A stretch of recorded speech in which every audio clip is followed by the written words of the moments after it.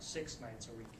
So my standard, and the AASM standard, American Academy of Sleep Medicine, is at least 6 hours per night. And we know that because of the literature looking at how many hours of sleep do you get and what's your performance like the next day.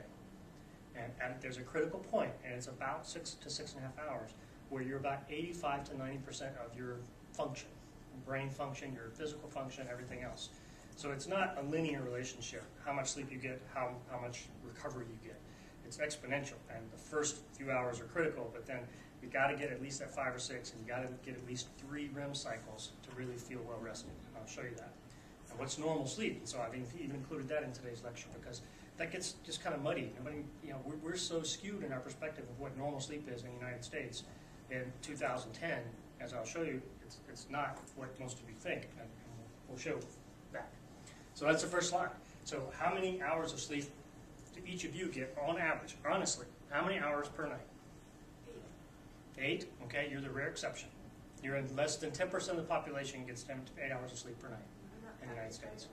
And I could put the Sleep in America poll up there and show you what the average is. It's about 6 hours and 40 minutes, 6 hours and 30 minutes on average for U.S. adults. 6.5. Okay. Normal sleep is 7.5 to 8.5 hours a night.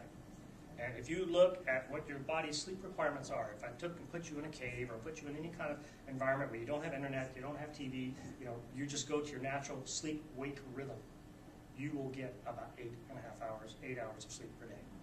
And to feel at your best, to feel, have your lowest inflammatory mediators, to have your lowest blood pressure, to have your best physical and mental acuity, you need at least 7.5 hours. And that's true of almost all adults. That's in our genes. It's built into our genes. Yes, there are short sleepers and there are long sleepers. There are people that do need 10 hours, and there are people that can get by and be perfectly functional on 6.5 hours and at their best.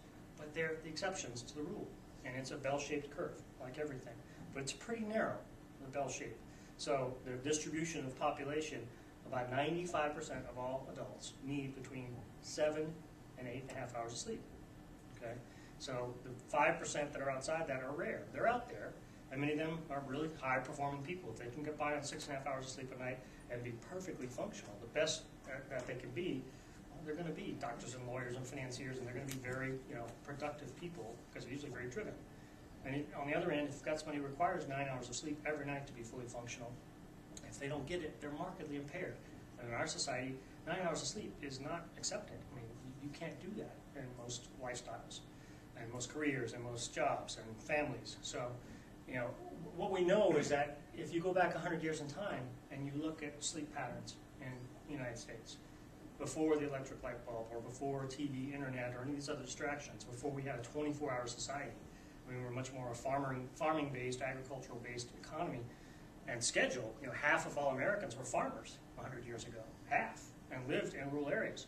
Well, the average American got 8.5 hours of sleep and went to bed usually about 8:30 to 9:30 at night, not midnight, and slept till 4:30 to 6 a.m., kind of our natural circadian rhythm.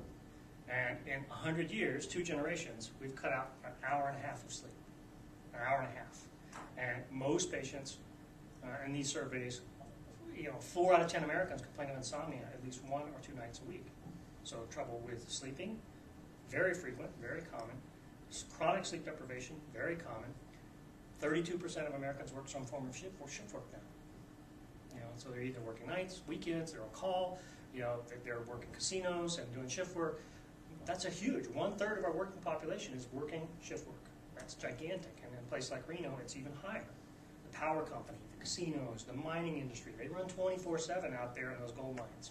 And I see guys on the shift work they work when I go to Elko, 4 hours east of here, where I see patients in my satellite.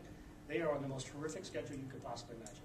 It's not even straight days, straight nights, it's rotating constantly. 3 days on 12-hour shifts, and it's an hour bus ride, by the way, to and from the mine.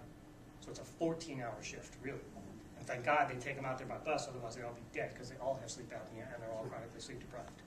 So they work 3 12 nights, and then they have 2 days off, and then work 3 12 days, and then 3 days off, and then, it's just, it's insane.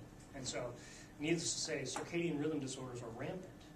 And that's a common problem that's not addressed when we're treating sleep apnea, because most of these apneics have one of these other problems. You've got a sleep apneic that's also a night shift worker, or a fireman, or a minor. Well, I mean, the challenge becomes immense trying to get that person's sleep improved. And many times you can't. I can fix their apnea all day long, but they're only going to sleep 4 hours because of the shift work. They're still chronically sleep deprived. And as I'll show you, a shift worker has much lower compliance rates with using any therapy, CPAP or anything else, and much higher rates of abuse of drugs, taking sedatives, using marijuana to get to sleep, using stimulants to stay awake during the day. So they're a very high-risk population. And most patients with apnea have one of these comorbidities. So you have to get that history. And you have to know what they're supposed to be doing at night. How much sleep are they supposed to be getting? And patients don't have any normal perception of what normal sleep is anymore either. Because the expectation is, the less sleep, the better. More day I've got. And so they sacrifice sleep every day, as you and I do. When you've got extra work to do, you give up your sleep. You get up earlier, you stay up later, and say, I'll catch up on the weekend. And as we've done numerous studies that show you don't catch up. You can sleep in an extra couple hours on the weekend, but functionally, you never pay back that sleep debt. It's a chronic, permanent loss that leads to chronic disease. Are these statistics based off of the United States or worldwide? And worldwide. There's worldwide international data and national data. But a lot of the studies, like the Sleep in America poll, which I encourage you to go online and look at, it's free. It's just called Sleep in America. It's a national telephone poll that's done every year. It's been about 6 years or 7 years running. They do it every year. And it's just, they sample about 50,000 Americans and just telephone poll and then summarize kind of sleep patterns, behaviors, habits, what's going on. What are people really doing? What percentage work shift work? How many people sleep in on the weekends? How many people have insomnia on any given night? And it's very useful data because it's real world data in real time and not some ivory tower study where you've controlled all these variables and you've eliminated all these pathologic patients. These are real Americans, okay, and a broad cross-section of Americans.